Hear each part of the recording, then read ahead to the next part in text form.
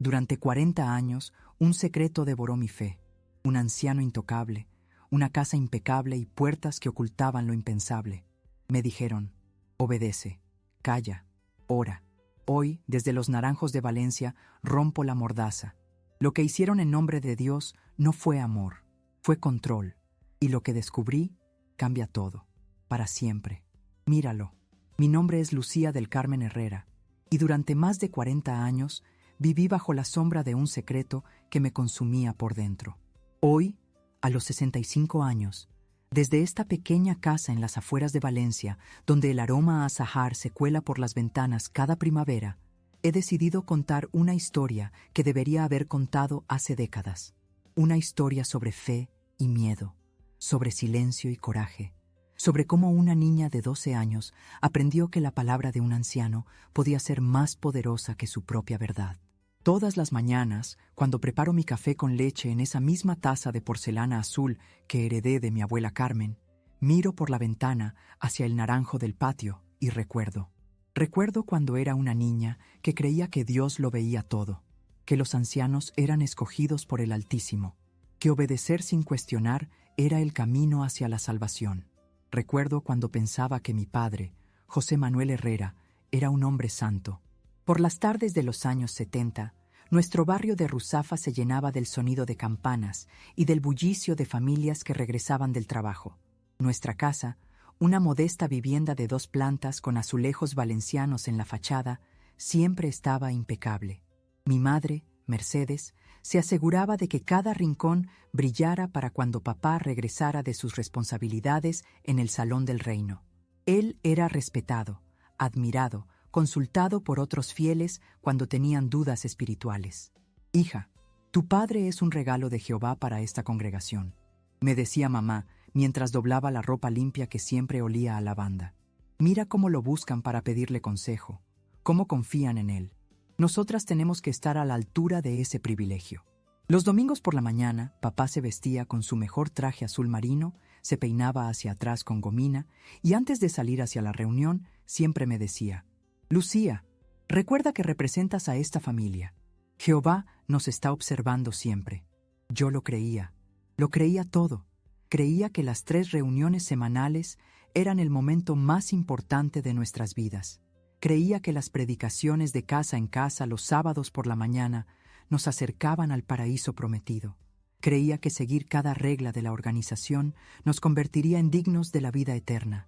Y sobre todo, creía que mi padre era un hombre perfecto, elegido por Dios para guiar a otros hacia la verdad. En la congregación, papá era conocido como el hermano José Manuel, y cuando él hablaba desde la plataforma durante las reuniones de los jueves por la noche, toda la sala guardaba silencio. Su voz era grave, pausada, llena de autoridad. Citaba versículos de memoria, explicaba profecías bíblicas con una seguridad que no admitía dudas. Y al final de cada discurso, siempre había ancianos que se acercaban para felicitarlo. «Excelente punto sobre la parábola del sembrador, hermano José Manuel», le decía el anciano coordinador, un hombre mayor de bigote blanco llamado Sebastián. «Se nota que Jehová bendice su preparación». En casa, después de esas reuniones, papá se quitaba la corbata, se servía un vaso de agua y nos contaba anécdotas de las conversaciones que había tenido con otros hermanos. Parecía tan satisfecho, tan en paz consigo mismo, que yo pensaba que esa era la imagen de la santidad. Pero había algo que no encajaba, algo que mi mente de niña no sabía cómo procesar. Cuando la congregación se iba, cuando las puertas se cerraban y quedábamos solo nosotros 3 en casa, papá cambiaba.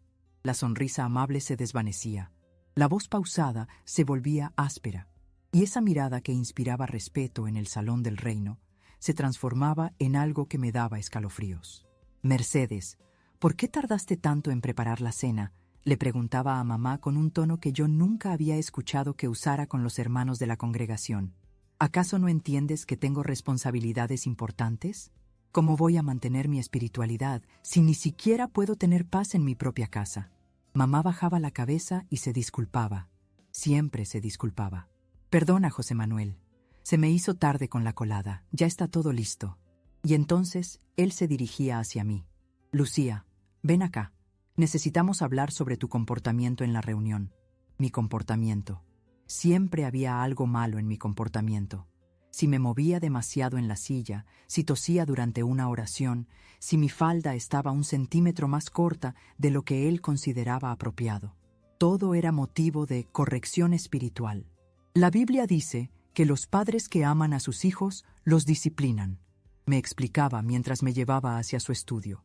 Una habitación pequeña al fondo del pasillo donde guardaba sus libros de teología y preparaba sus discursos. Esto me duele más a mí que a ti, pero Jehová exige pureza de su pueblo. Yo tenía 12 años cuando empecé a entender que esa disciplina era diferente de todo lo que había aprendido sobre el amor cristiano. Tenía 12 años cuando aprendí que mi padre tenía 2 caras, la que mostraba al mundo y la que solo nosotras conocíamos. Tenía 12 años cuando descubrí que el silencio podía ser más pesado que cualquier grito. Esto queda entre nosotros, me susurraba después, mientras se acomodaba la corbata y alisaba mi pelo despeinado. Es un asunto familiar. Los de afuera no entenderían. Jehová sabe que todo lo que hago es por tu bien espiritual. Durante años, esas palabras fueron como una cerradura que mantenía mis labios sellados, porque si Jehová lo sabía todo, si los ancianos eran elegidos directamente por él, entonces tal vez yo era el problema. Tal vez era mi fe la que faltaba. Tal vez era mi corazón el que necesitaba purificación. Cada noche, antes de dormir, me arrodillaba junto a mi cama y oraba: Jehová, ayúdame a ser una hija obediente. Ayúdame a entender tus caminos. Si algo está mal en mí, por favor corrígeme. Pero en el fondo de mi corazón, había una voz pequeña que gritaba que algo estaba terriblemente mal. Una voz que cada día se hacía más difícil de silenciar. Mi padre, José Manuel Herrera, había nacido en 1935 en un pequeño pueblo de Castellón, hijo de agricultores que perdieron sus tierras durante la Guerra Civil. Llegó a Valencia a finales de los años 50, cuando la ciudad empezaba a recuperarse de la posguerra, buscando trabajo en las fábricas que comenzaban a florecer cerca del puerto. Era un hombre alto, de complexión fuerte, con manos grandes que parecían hechas para el trabajo duro, pero que manejaba las páginas de la Biblia con una delicadeza casi reverente. Conoció a mamá, Mercedes Alcántara, en 1960, cuando ella tenía apenas 18 años y trabajaba como dependienta en una pequeña mercería del centro. Mamá me contaba que papá llegaba cada sábado por la mañana a comprar botones o hilo, siempre con alguna excusa, hasta que finalmente se atrevió a invitarla a tomar un café después del trabajo. Tu padre era muy guapo, me decía mamá mientras zurcía calcetines en las tardes de invierno. Y tan educado, tan respetuoso. Nunca se propasó conmigo, nunca intentó tocarme la mano sin permiso. Era diferente de los otros muchachos. Se casaron en enero de 1962 por la Iglesia Católica, porque entonces toda España era católica y no había alternativa. Yo nací en septiembre de ese mismo año, y durante los primeros años de mi vida fuimos una familia tradicional católica.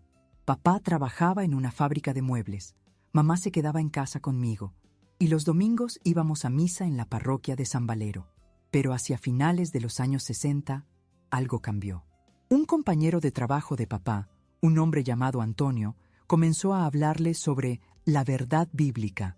Antonio era uno de los primeros testigos de Jehová que llegaron a Valencia, parte de esa primera ola de misioneros que se extendieron por España cuando el régimen franquista empezó a relajar ligeramente el control religioso. José Manuel, le decía Antonio durante los descansos en la fábrica, ¿sabías que el nombre de Dios es Jehová? ¿Sabías que la Iglesia Católica ha ocultado esta verdad durante siglos? Papá llegaba a casa lleno de preguntas que antes nunca se había hecho.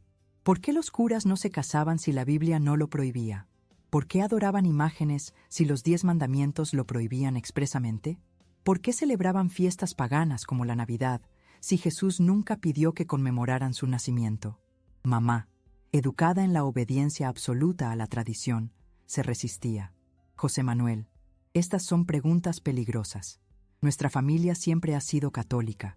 Mi madre, mi abuela, todas fueron católicas devotas. Pero papá había encontrado algo que le daba sensación de propósito, de importancia. En 1969, cuando yo tenía 7 años, comenzó a estudiar la Biblia con los testigos de Jehová. Y poco a poco, nuestra vida familiar comenzó a cambiar de forma radical.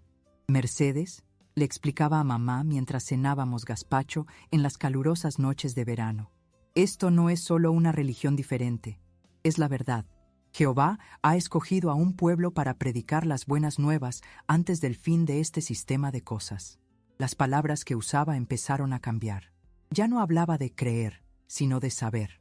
Ya no éramos católicos que estudiaban otra religión, sino personas que habían encontrado la verdad.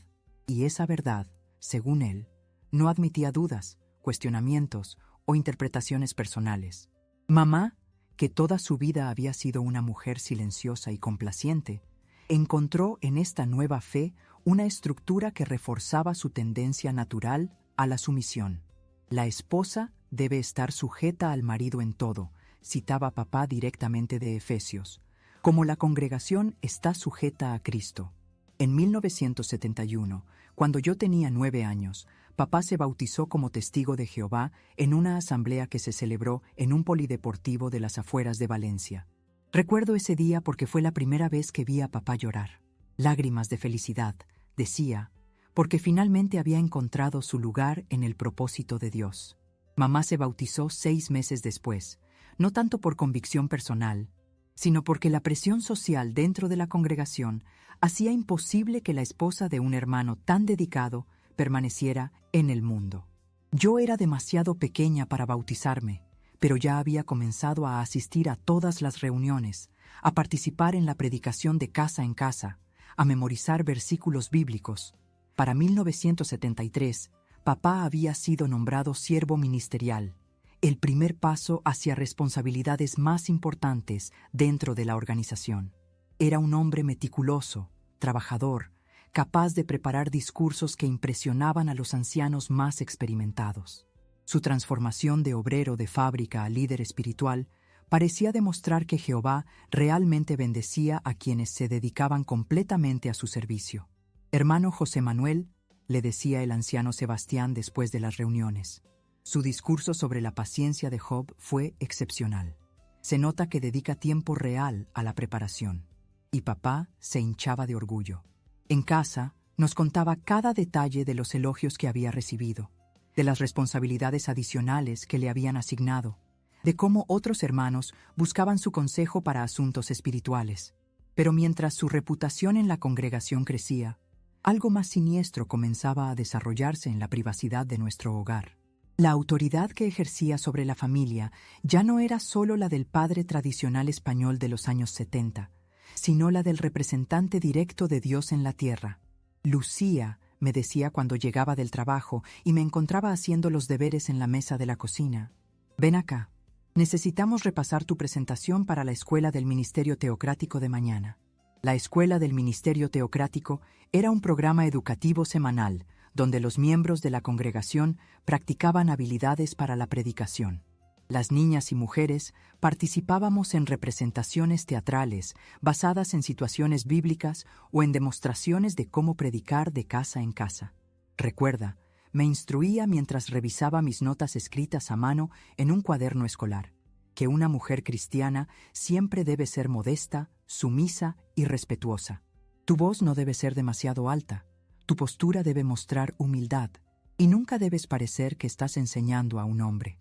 Estas sesiones de preparación siempre comenzaban de forma normal, sentados en el sofá del salón, con la Biblia abierta entre nosotros.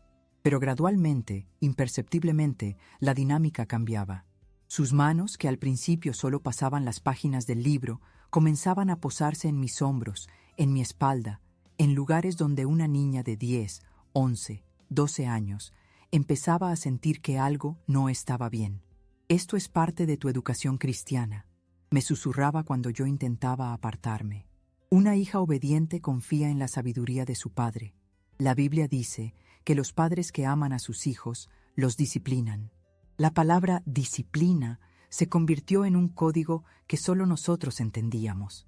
Cuando mamá preguntaba por qué habíamos tardado tanto en preparar mi presentación, papá respondía: Lucía necesitaba disciplina adicional, Ya sabes cómo son las niñas de esta edad, siempre distraídas. Y mamá asentía, porque la organización le había enseñado que cuestionar la autoridad del cabeza de familia era cuestionar la autoridad de Dios mismo. Los sábados por la mañana, cuando salíamos a predicar de casa en casa, papá era un modelo de paciencia y amabilidad cristiana. Tocaba timbres con una sonrisa genuina, hablaba con los residentes sobre la esperanza del reino de Dios, ofrecía literatura bíblica con la convicción de quien realmente creía que estaba salvando vidas. «Buenos días», decía cuando alguien abría la puerta. «Soy José Manuel, y esta es mi hija Lucía. Venimos a compartir con ustedes una reflexión sobre por qué hay tanto sufrimiento en el mundo y qué esperanza ofrece la Biblia para el futuro». La gente lo escuchaba porque tenía esa cualidad especial de hacer que otros se sintieran importantes, escuchados, comprendidos. Era genuinamente bueno explicando conceptos complejos de forma simple, citando versículos que parecían responder exactamente a las preocupaciones que las personas expresaban. Su padre tiene un don especial para llegar al corazón de las personas, me comentaba la hermana Remedios, una mujer mayor que a menudo nos acompañaba en la predicación. Jehová realmente lo está usando para tocar vidas. Y yo me sentía orgullosa de él en esos momentos. Me sentía privilegiada de ser la hija de alguien tan respetado, tan espiritualmente maduro, tan claramente bendecido por Dios. En público, papá era todo lo que una hija podría desear en un padre: protector, sabio, amoroso, comprometido con los más altos valores morales. El contraste con lo que sucedía en privado era tan brutal que mi mente infantil no sabía cómo procesarlo. ¿Cómo podía la misma persona que explicaba con tanta ternura el amor de Dios a extraños ser capaz de... Ni siquiera tenía palabras para describir lo que experimentaba en casa. La organización nos había enseñado que los ancianos eran hombres imperfectos, pero guiados por el Espíritu Santo. Si papá hacía algo malo, ¿no lo corregiría Dios? Si lo que pasaba en casa era pecado, ¿no perdería papá sus privilegios en la congregación? Estas preguntas me atormentaban durante las reuniones, especialmente cuando veía a papá en la plataforma enseñando sobre pureza moral, sobre la importancia de proteger a los niños, sobre cómo las familias cristianas deberían ser refugios de paz y amor. Las familias que sirven a Jehová, decía desde el podio con esa voz grave que todos respetaban, son diferentes de las familias del mundo. En nuestros hogares debe reinar el amor, la comprensión, el respeto mutuo.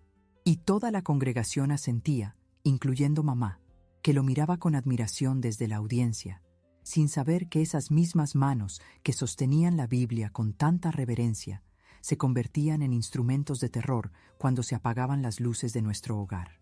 A los 14 años, mi cuerpo comenzó a cambiar de formas que no entendía completamente, y con esos cambios llegaron nuevas lecciones espirituales de parte de papá. Las sesiones de preparación para las reuniones se volvieron más largas, más íntimas, más perturbadoras. Él había desarrollado todo un sistema teológico para justificar lo que hacía. «Lucía», me explicaba mientras cerraba la puerta del estudio con llave, «la Biblia enseña que el cuerpo de la mujer puede ser una trampa tanto para ella como para los hombres. Por eso necesitas aprender a controlarlo, a purificarlo». Usaba versículos de Proverbios sobre la mujer virtuosa, pasajes de Pablo sobre la modestia femenina, referencias del Antiguo Testamento sobre la impureza ritual, todo tejido en una narrativa que convertía sus abusos en actos de educación religiosa. Según él, me estaba preparando para ser una esposa cristiana ejemplar, enseñándome sobre mi naturaleza pecaminosa para que pudiera combatirla. «Esto es entre nosotros y Jehová», susurraba después de cada episodio. Los demás no entenderían porque no tienen el mismo nivel de madurez espiritual. Pero tú eres especial, Lucía. Tú puedes manejar verdades que otras niñas de tu edad no podrían comprender. Esas palabras creaban una sensación extraña de privilegio mezclado con vergüenza. Me hacía sentir elegida y sucia al mismo tiempo, especial y profundamente sola. Durante las reuniones de los martes por la noche, cuando él daba discursos sobre la pureza moral, yo me sentaba en la audiencia sintiendo que toda la congregación podía ver mi pecado escrito en mi cara. La hermana Carmen, una mujer de unos 50 años que dirigía el trabajo de predicación con las hermanas jóvenes, comenzó a notar cambios en mi comportamiento. Lucía, últimamente te veo muy callada durante nuestras salidas de predicación, me comentó una mañana de sábado mientras caminábamos por las calles del barrio de Benimaclet. ¿Todo está bien en casa? ¿Hay algo que te preocupe? Por un momento estuve tentada a contarle todo. Carmen tenía esa manera maternal de hacer preguntas que invitaba a la confianza. Pero entonces recordé las palabras de papá sobre no ser comprendida, sobre la especial naturaleza de nuestra relación, sobre cómo los demás podrían malinterpretar sus métodos de enseñanza. No, hermana Carmen, mentí, forzando una sonrisa. Solo estoy un poco cansada con los estudios del instituto. Pero ella insistió. Sabes que puedes confiar en mí, ¿verdad? A veces las muchachas de tu edad pasan por momentos difíciles y está bien pedir ayuda. Sus palabras quedaron resonando en mi mente durante días. ¿Momentos difíciles? ¿Era normal lo que yo experimentaba? ¿Otras niñas pasaban por lo mismo? Comencé a observar más atentamente a las otras familias de la congregación, buscando señales de dinámicas similares a la nuestra. La familia Morales tenía una hija de mi edad llamada Elena. Su padre, el hermano Francisco, también era anciano, pero cuando los veía interactuar durante las reuniones, algo era diferente. Él le hablaba con respeto. Nunca la tocaba de forma que la hiciera encogerse. Nunca la llevaba aparte para conversaciones especiales que duraban horas. Elena, le pregunté una tarde después de una reunión, mientras esperábamos que nuestros padres terminaran de conversar con otros ancianos. ¿Tu papá te da lecciones especiales sobre ser una mujer cristiana? Ella me miró extrañada. ¿Lecciones especiales? No entiendo. Papá me habla sobre la Biblia como a cualquier otro, pero mamá es quien me explica cosas sobre, ya sabes, cosas de mujeres. Esa respuesta me dejó más confundida. Si lo que papá hacía era normal educación cristiana, ¿por qué el hermano Francisco no se lo enseñaba a Elena? ¿Por qué mamá nunca participaba en mis lecciones espirituales? Durante los meses siguientes, comencé a hacer más preguntas silenciosas. Observaba cómo otros padres interactuaban con sus hijas, cómo se dirigían a ellas, qué tipo de contacto físico era normal. Gradualmente, una verdad horrible comenzó a formarse en mi mente. Lo que papá me hacía no era educación espiritual. Era algo más, algo malo, algo que tenía que ver más con él que conmigo. En enero de 1977, cuando tenía 14 años recién cumplidos, sucedió algo que cambió mi perspectiva para siempre. Durante una asamblea de circuito que se celebró en un instituto de enseñanza secundaria de Valencia, escuché un discurso sobre el abuso infantil que me dejó helada. El hermano que daba el discurso, un superintendente viajante llamado Miguel Ángel Santos, hablaba sobre cómo Satanás usaba a personas malvadas para dañar a los niños y cómo la organización de Jehová protegía a los pequeños de tales peligros. Hermanos, decía con voz firme desde el podio, debemos estar vigilantes contra cualquier persona que trate de dañar a nuestros hijos. Ningún verdadero cristiano tocaría de forma inapropiada a un menor. Si alguna vez sucediera algo así en nuestras congregaciones, sería tratado con la máxima severidad. Esas palabras fueron como un rayo de luz atravesando años de confusión. Tocar de forma inapropiada a un menor. Esa frase describía exactamente lo que papá me hacía. Y según el superintendente, ningún verdadero cristiano haría eso. Pero si papá no era un verdadero cristiano, ¿cómo explicar que Jehová lo siguiera usando tan claramente? ¿Cómo explicar que siguiera recibiendo privilegios? Que sus discursos siguieran siendo tan elogiados? ¿Que otros ancianos siguieran buscando su consejo? Esa noche, en casa, después de la asamblea, papá estaba particularmente animado. Había recibido felicitaciones de varios hermanos por una demostración que había dado sobre la predicación efectiva. Lucía, me dijo después de la cena, ven acá, quiero compartir contigo algunas de las cosas hermosas que aprendimos hoy sobre servir a Jehová con corazón puro. Pero esta vez, cuando me llevó hacia su estudio, algo dentro de mí se reveló. Las palabras del superintendente resonaban en mi cabeza. Ningún verdadero cristiano tocaría de forma inapropiada a un menor. Papá, dije, deteniéndome en el umbral de la puerta, no quiero tener más lecciones especiales. Su expresión cambió inmediatamente. La sonrisa paternal se desvaneció, reemplazada por una mirada fría que me era dolorosamente familiar. ¿Cómo dices?, preguntó con esa voz baja y peligrosa que usaba cuando estaba enfadado. ¿Acaso estás cuestionando la autoridad que Jehová me ha dado sobre esta familia? Es que el hermano Santos dijo que ningún cristiano verdadero haría ciertas cosas a los niños, murmuré, con la voz temblando. Papá cerró la puerta del estudio y se acercó a mí con pasos lentos y deliberados. Lucía, dijo, y su tono ahora era de decepción profunda. ¿De verdad crees que un hermano inmaturo como Santos puede entender las complejidades de la educación espiritual que tú has recibido? ¿Crees que él tiene el mismo nivel de sabiduría bíblica que yo? Comenzó entonces una de sus lecciones más elaboradas sobre por qué yo era demasiado inmadura para entender sus métodos, sobre cómo Satanás usaba sermones simplistas para confundir a personas que no tenían suficiente conocimiento bíblico, sobre cómo los verdaderos siervos de Dios a veces tenían que usar métodos que otros no podían comprender. Mira a Abraham, me dijo, abriendo la Biblia a Génesis. Dios le pidió que sacrificara a su hijo Isaac. ¿Crees que otros padres de esa época habrían entendido esa orden? ¿Crees que habría sido fácil para Abraham explicar por qué estaba llevando a su hijo al monte con un cuchillo? Era una analogía retorcida y blasfema, pero mi mente de 14 años, después de años de condicionamiento, no sabía cómo refutarla. Papá tenía respuestas bíblicas para todo, versículos que justificaban cualquier acción, interpretaciones que convertían sus abusos en actos de obediencia divina. Esa noche, sin embargo, algo había cambiado irreversiblemente en mí. Aunque no pude resistirme físicamente, aunque seguí cumpliendo con sus demandas por miedo y confusión, una parte de mi mente se había despertado.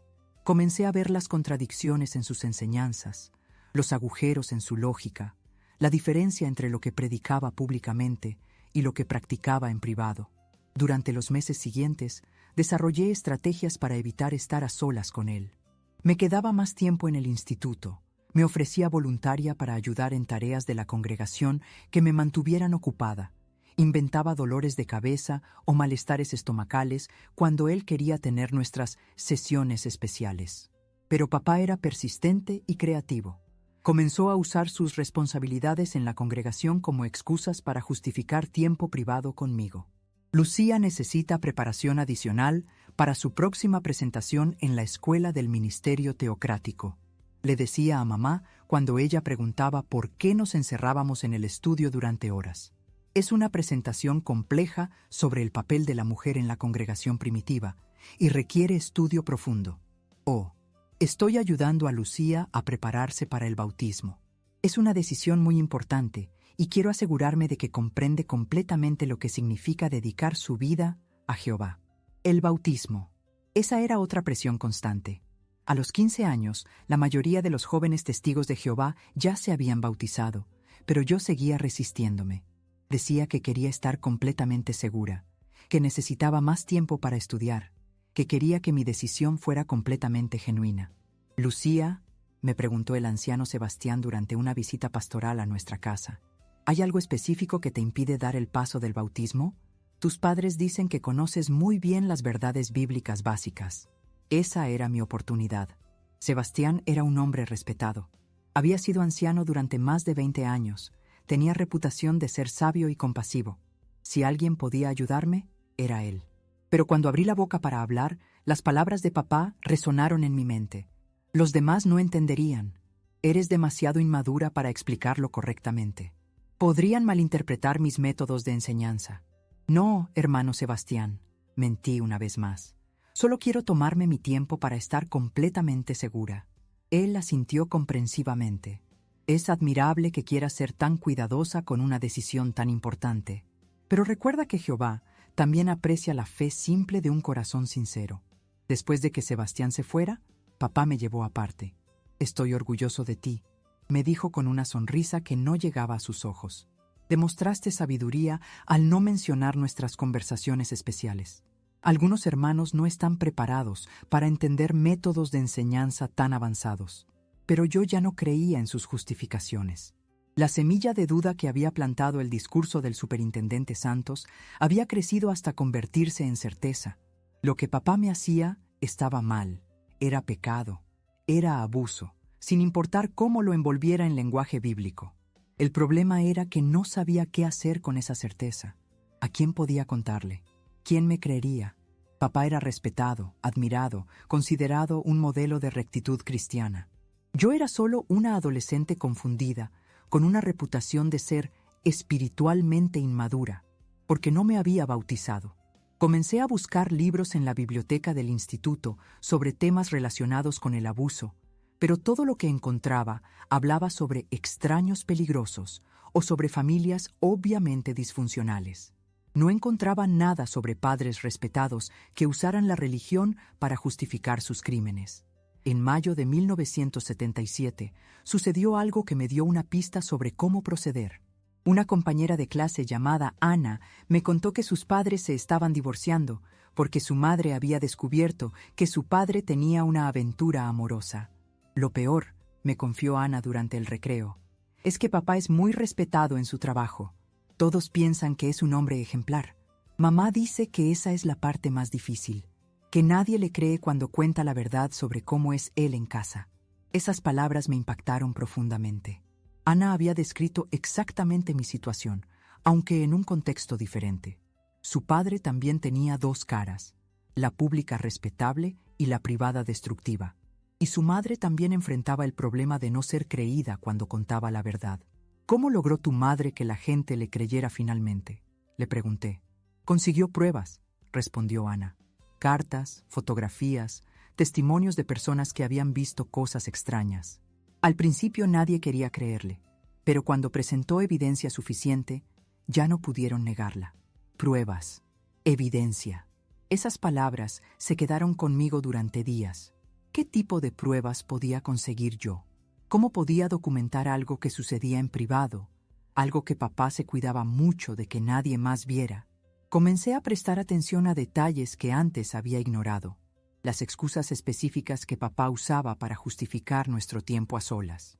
Las ocasiones en que mamá había hecho preguntas y él las había desviado. Los momentos en que otros hermanos habían comentado sobre lo dedicado que era papá a mi educación espiritual. También comencé a observar más cuidadosamente a mamá. ¿Realmente no sabía nada? ¿O simplemente había elegido no ver? Había momentos en que la sorprendía mirándome con una expresión extraña, como si quisiera preguntarme algo pero no se atreviera. Una noche de junio, después de una reunión particularmente larga en el Salón del Reino, llegamos a casa más tarde de lo habitual. Papá se fue directamente a ducharse y por primera vez en mucho tiempo, mamá y yo nos quedamos solas en la cocina mientras ella preparaba algo ligero para cenar. Lucía, me dijo de repente, sin mirarme directamente, ¿tú estás feliz? La pregunta me tomó por sorpresa. Mamá nunca preguntaba sobre emociones, sobre felicidad o tristeza. En nuestra casa se hablaba de obediencia, de espiritualidad, de cumplir con las expectativas de Jehová, pero nunca de sentimientos personales. ¿Feliz?, repetí, sin saber cómo responder. Es que últimamente te veo diferente, continuó mamá, todavía evitando mi mirada, más callada, más distante. A veces pienso que... Pero en ese momento se abrió la puerta del baño y se escucharon los pasos de papá bajando las escaleras. Mamá inmediatamente cambió de tema y comenzó a hablar sobre la reunión de esa noche, como si nuestra conversación nunca hubiera sucedido. Pero sus palabras me dieron esperanza. Si mamá había notado cambios en mi comportamiento, tal vez también había notado otras cosas. Tal vez, cuando llegara el momento de hablar, ella no estaría completamente sorprendida.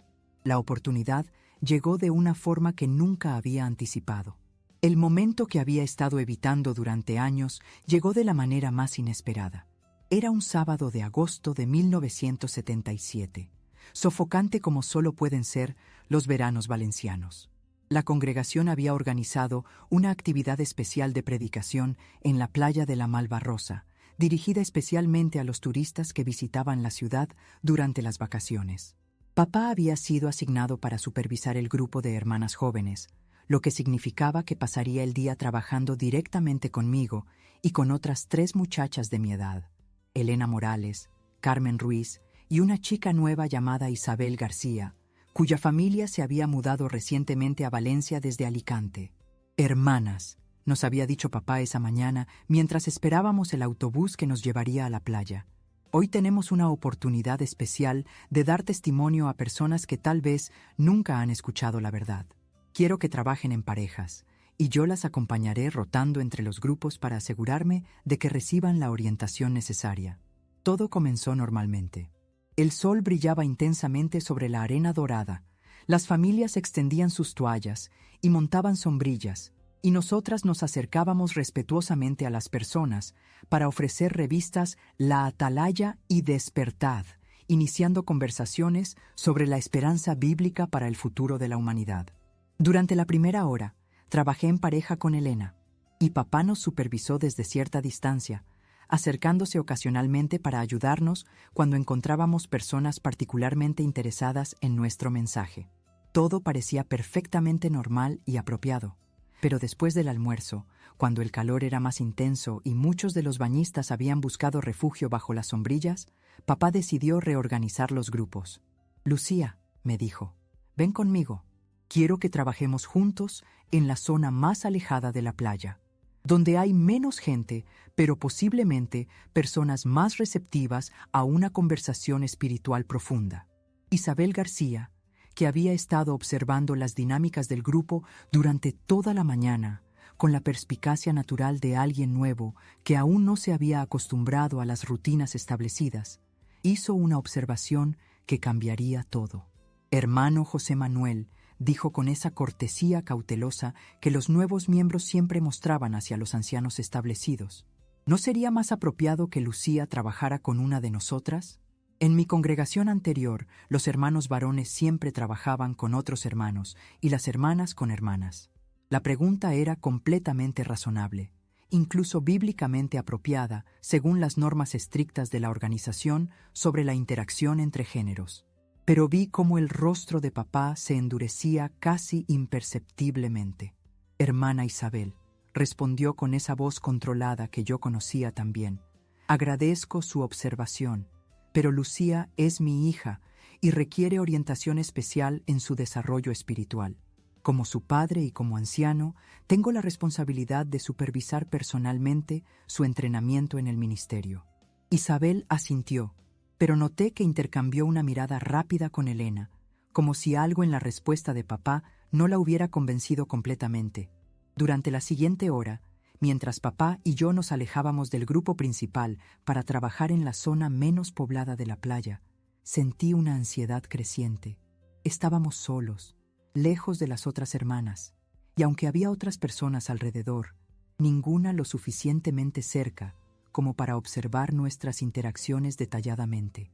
«Lucía», me dijo papá mientras caminábamos por la arena caliente, «aprovecharemos esta oportunidad para practicar algunas de las lecciones especiales que hemos estado estudiando. Aquí, lejos de distracciones, puedes demostrar realmente lo que has aprendido sobre ser una mujer cristiana madura». Esas palabras familiares me llenaron de terror.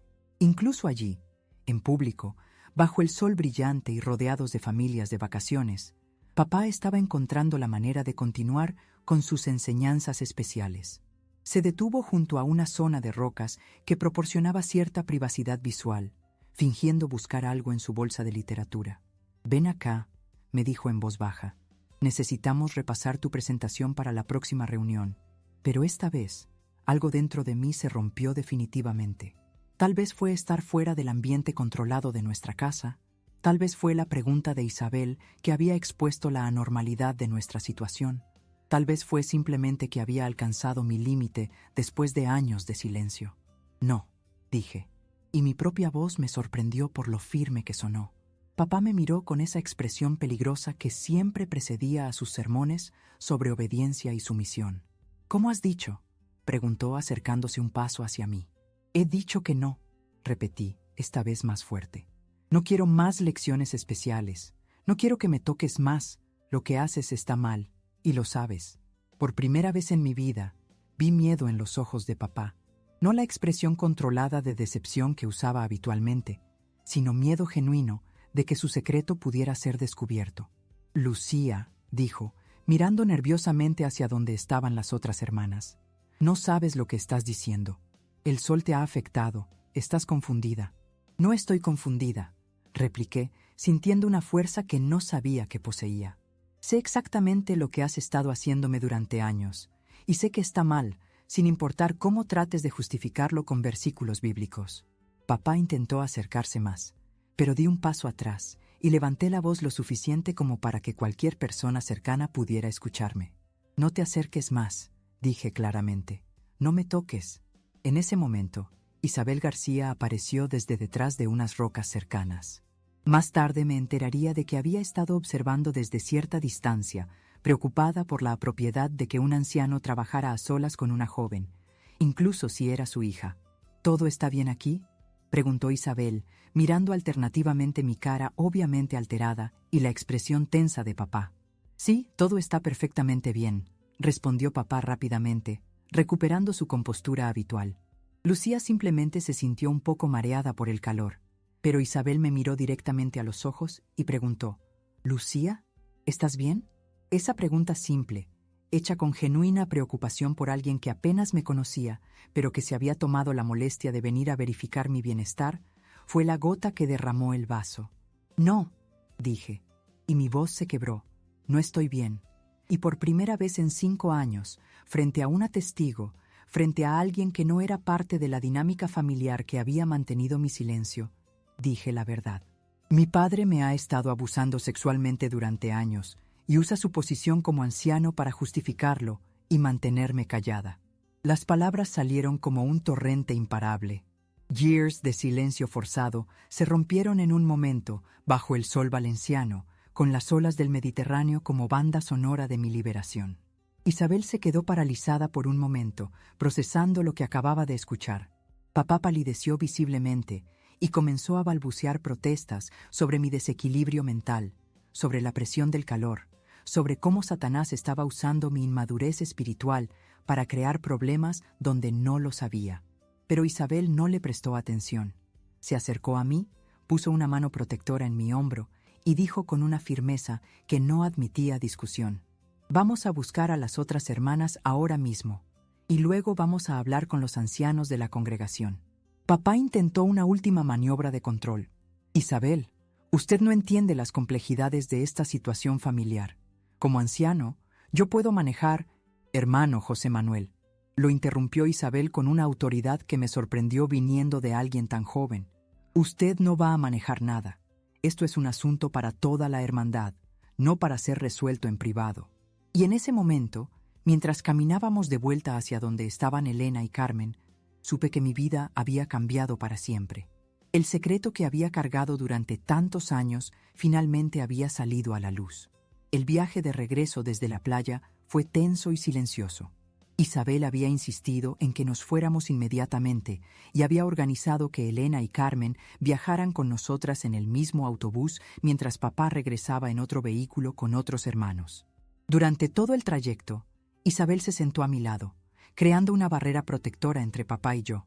«Lucía», me susurró mientras el autobús se dirigía de vuelta hacia el centro de Valencia, «quiero que sepas que hiciste lo correcto al hablar. Esto no es culpa tuya, ¿entiendes? Nada de lo que ha pasado es tu culpa». Esas palabras eran como bálsamo para una herida que había estado sangrando en silencio durante años. Nunca nadie me había dicho que no era mi culpa. Nunca nadie me había asegurado que tenía derecho a hablar, a denunciar, a protegerme. Cuando llegamos al Salón del Reino, Isabel pidió hablar inmediatamente con el anciano coordinador, Sebastián Morales. Era domingo por la tarde, y aunque no había reunión programada, varios hermanos estaban en el salón ocupándose de tareas de mantenimiento y preparación para la semana siguiente.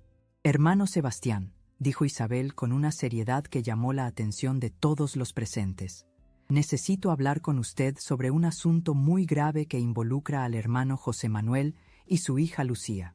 Sebastián, que había conocido a nuestra familia durante años y consideraba a papá uno de sus ancianos más confiables, frunció el ceño con preocupación.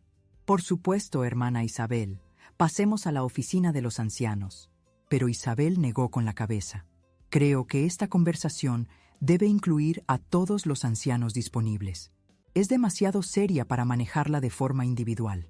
En los siguientes 20 minutos, se reunió un comité judicial improvisado, compuesto por Sebastián Morales, Francisco López, padre de Elena, y Manuel García, sin relación con Isabel, los 3 ancianos que estaban disponibles esa tarde. Hermana Isabel, comenzó Sebastián una vez que estuvimos todos sentados en el pequeño cuarto que servía como oficina administrativa. El hermano José Manuel nos ha explicado que su hija Lucía tuvo un episodio de confusión mental en la playa, posiblemente causado por el calor excesivo. Él está muy preocupado por su bienestar espiritual y mental. Isabel me miró directamente y dijo: «Lucía, cuéntales exactamente lo que me dijiste en la playa». Mi corazón latía tan fuerte que estaba segura de que todos podían escucharlo.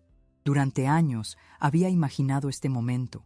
Había ensayado mentalmente lo que diría si alguna vez tuviera la oportunidad de contar la verdad.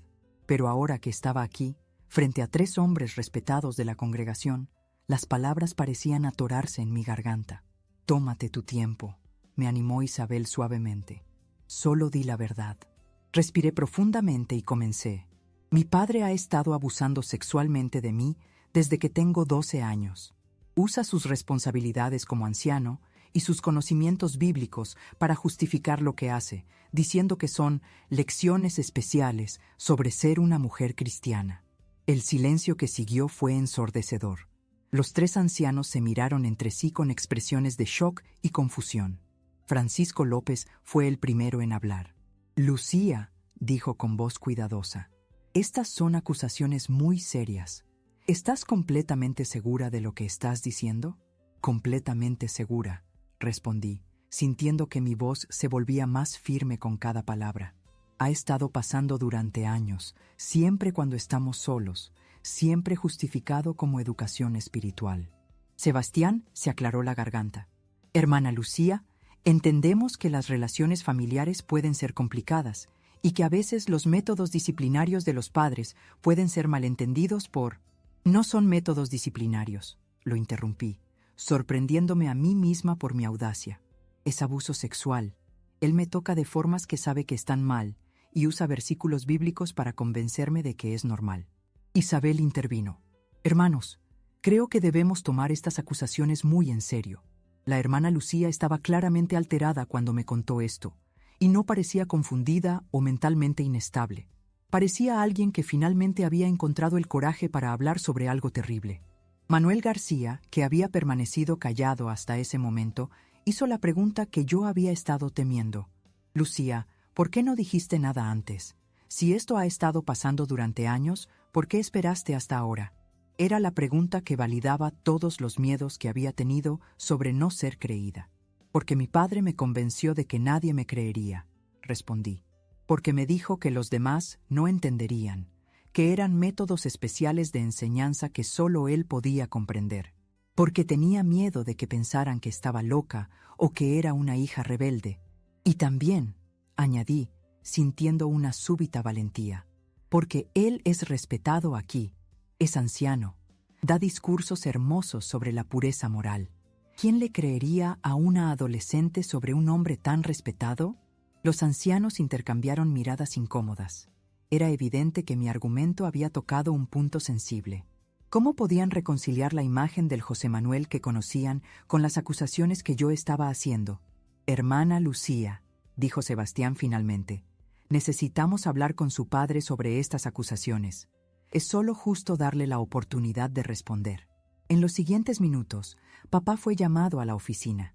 Cuando entró, su rostro mostraba la compostura perfecta de siempre, pero yo pude ver la tensión en sus hombros, la forma ligeramente forzada de su sonrisa habitual. «Hermanos», dijo antes de que nadie pudiera hablar, «lamento profundamente que tengan que lidiar con esta situación.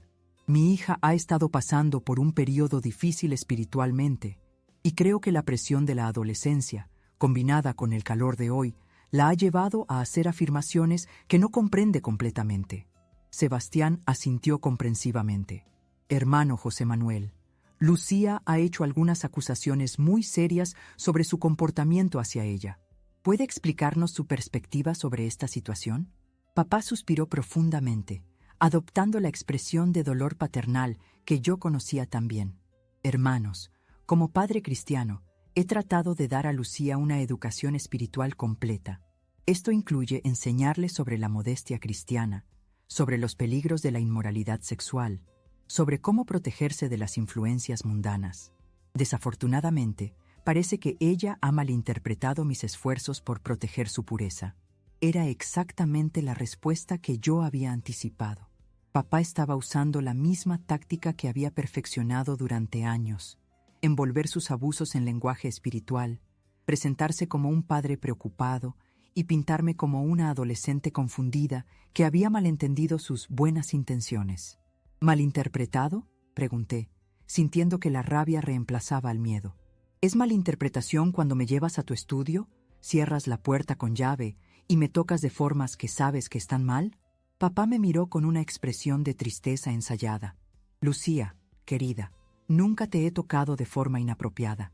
Si mis métodos de enseñanza sobre la modestia cristiana te han hecho sentir incómoda, lo siento profundamente. Tal vez debería haber dejado esa educación en manos de tu madre. Era una respuesta hábil. No negaba completamente el contacto físico, pero lo reinterpretaba como educación mal entendida. Y al sugerir que mamá debería haber estado involucrada, implícitamente establecía que nunca había habido nada secreto o inapropiado en nuestras interacciones. Pero entonces Isabel hizo una pregunta que cambió toda la dinámica. Hermano José Manuel, ¿por qué estas lecciones de modestia siempre tenían lugar en privado, con la puerta cerrada con llave? En mi familia, cualquier educación sobre temas sensibles siempre involucra a ambos padres. Papá vaciló por primera vez. Bueno, hay ciertos temas que son delicados y requieren privacidad para ser discutidos apropiadamente. ¿Qué tipo de temas?, presionó Isabel, y pude ver que los ancianos estaban prestando mucha atención a esta línea de interrogatorio. Temas sobre el desarrollo físico de las jóvenes, sobre los peligros que enfrentan las muchachas cuando alcanzan la madurez sexual, respondió papá, cada vez más incómodo. Manuel García intervino. Hermano José Manuel, ¿no cree que esos temas serían más apropiados para que los discutiera su esposa con Lucía? Por primera vez en toda la conversación, papá no tenía una respuesta bíblica lista.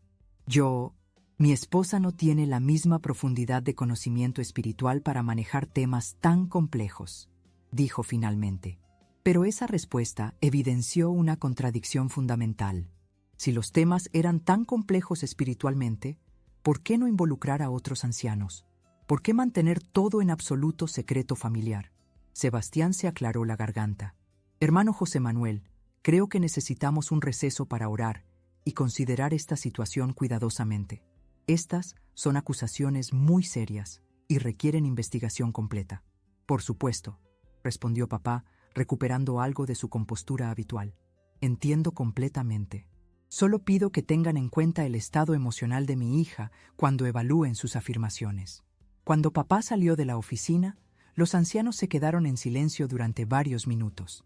Finalmente, Francisco López habló. Hermana Lucía, ¿estaría dispuesta a dar más detalles específicos sobre lo que alega que ha sucedido? Durante la siguiente hora, con Isabel a mi lado dándome apoyo silencioso, conté todo. Fechas aproximadas, lugares específicos, las justificaciones bíblicas que papá usaba, las amenazas veladas sobre no ser comprendida si hablaba. Todo el horror que había mantenido guardado durante años salió a la luz en esa pequeña oficina del Salón del Reino. Cuando terminé, Manuel García dijo: Hermana Lucía, esto requerirá una investigación formal. ¿Entiende lo que eso significa? Habrá preguntas difíciles y el proceso podría ser emocionalmente muy desafiante. Lo entiendo, respondí. Pero no puedo seguir callada más tiempo. La investigación que siguió fue el periodo más difícil de mi vida, pero también el más liberador. Durante 3 semanas, los ancianos entrevistaron a familiares, vecinos y otros miembros de la congregación. Hablaron con mamá, quien finalmente admitió que había sospechado que algo no estaba bien, pero había tenido demasiado miedo de confrontar la situación. Siempre pensé que era mi imaginación, me confesó mamá una noche mientras cenábamos en silencio en la cocina. Pero había señales. La forma en que te comportabas después de sus lecciones especiales, ¿Cómo evitabas estar a solas con él? Debería haber sido más valiente, Lucía. Debería haberte protegido. Isabel García se convirtió en mi ancla durante esos días turbulentos. A pesar de ser nueva en la congregación, había tenido el coraje de apoyarme cuando más lo necesitaba. Años después, me enteré de que su propia madre había sido víctima de abuso en una congregación de Alicante, y por eso había reconocido inmediatamente las señales en mi situación. Tu valentía ese día en la playa cambió mi vida, me dijo Isabel cuando nos reencontramos años más tarde. Me enseñó que el silencio nunca protege a las víctimas, solo protege a los abusadores. La decisión del comité judicial llegó un martes por la noche de septiembre. Papá fue desasociado de la congregación por conducta inmoral, grave e impenitente. La declaración oficial decía que había abusado de su autoridad como anciano y como padre, y que sus acciones eran incompatibles con los estándares cristianos. Pero el daño personal ya estaba hecho. La congregación se dividió entre quienes me apoyaban y quienes creían que yo había destruido a una familia buena por malentendidos adolescentes. Algunas familias dejaron de hablarnos, otros susurraban cuando pasábamos, y hubo quienes sugirieron que yo debería buscar perdón por haber deshonrado a mi padre públicamente. Hermana Lucía, me dijo la hermana Carmen después de una reunión, sé que tu padre cometió errores, pero ¿no crees que Jehová habría preferido que resolvieras esto en privado, en familia? Ahora toda la comunidad está hablando de nosotros. Esas palabras me dolieron profundamente, pero ya no tenían el poder de silenciarme. Había aprendido que mi sanidad era más importante que la reputación de cualquier organización y que la verdad era más valiosa que la paz falsa. Mamá y yo nos mudamos a un pequeño apartamento en Sagunto, a 30 kilómetros de Valencia. Ella consiguió trabajo como dependienta en una farmacia, y yo terminé mis estudios de bachillerato en un instituto público donde nadie conocía mi historia. Por primera vez en años, pude ser simplemente Lucía, no la hija del anciano José Manuel. Decidí no bautizarme nunca como testigo de Jehová. En su lugar, comencé a explorar una fe más personal, basada en la bondad inherente de las personas y en la responsabilidad de proteger a los vulnerables.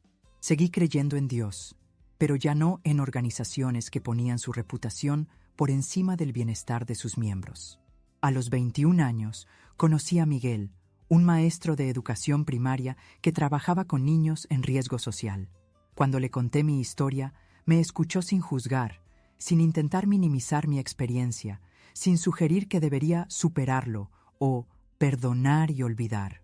Lo que te pasó fue terrible, me dijo simplemente, pero mira en quién te has convertido. Eres fuerte, compasiva y valiente. Tu dolor no ha sido en vano si puede ayudar a otros.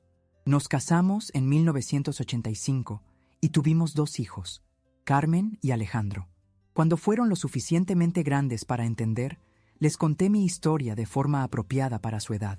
Quería que supieran que su madre había sobrevivido a algo terrible, pero que había elegido usar esa experiencia para crear una familia donde la honestidad y la protección mutua fueran los valores fundamentales.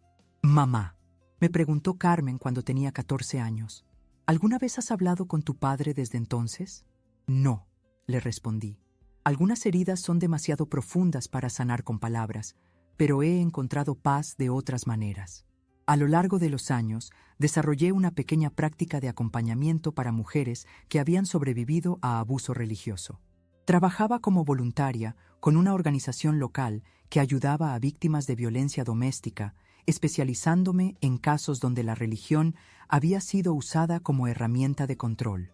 Lucía, me dijo una joven llamada Patricia, durante una de nuestras sesiones, es la primera vez que alguien me cree cuando digo que mi pastor me abusó. Todos dicen que debo estar confundida porque él es tan santo. Te creo completamente, le respondí. Y quiero que sepas que no estás sola, que no es tu culpa y que mereces sanidad completa. En 2010 recibí una carta inesperada. Era de Elena Morales, mi antigua compañera de la congregación que ahora vivía en Barcelona con su propia familia. Querida Lucía, escribía, he pensado en ti durante todos estos años. Quería que supieras que tu coraje de hablar ese día me enseñó a proteger a mis propias hijas de formas que no había considerado antes. Gracias por romper el silencio. Esas palabras me recordaron que el dolor puede transformarse en propósito, que la verdad dicha con valentía puede proteger a generaciones futuras, y que a veces el acto más amoroso que podemos hacer es negarnos a mantener secretos que protegen a los abusadores. Papá murió en 2018, solo y alejado de la familia. Nunca pidió perdón, nunca reconoció completamente el daño que había causado. Mamá asistió a su funeral, pero yo elegí no ir. En su lugar, ese día planté un naranjo en mi jardín, el mismo tipo de árbol que veía desde mi ventana cada mañana cuando era niña. ¿Por qué un naranjo, mamá?, me preguntó Alejandro mientras removíamos la tierra juntos. Porque los naranjos florecen en primavera, le expliqué, y las primaveras siempre llegan, sin importar cuán largo haya sido el invierno. Hoy, a los 65 años, veo ese naranjo desde la ventana de mi cocina mientras tomo mi café matutino en la misma taza azul de mi abuela Carmen. Sus ramas están cargadas de frutos dorados, y su aroma dulce llena el aire cada abril, recordándome que la belleza puede crecer incluso en tierra que una vez fue tocada por la oscuridad. Mi historia no es única, pero es mía. Y al contarla, espero que otras personas encuentren el coraje para romper sus propios silencios, para hablar sus propias verdades, para proteger a quienes aún no tienen voz. Porque al final descubrí que la fe más auténtica no es la que protege instituciones, sino la que protege personas. No es la que mantiene secretos, sino la que ilumina la verdad.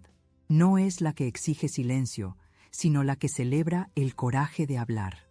Esta es una historia real, compartida por uno de nuestros suscriptores. Muchas gracias por confiar en nosotros.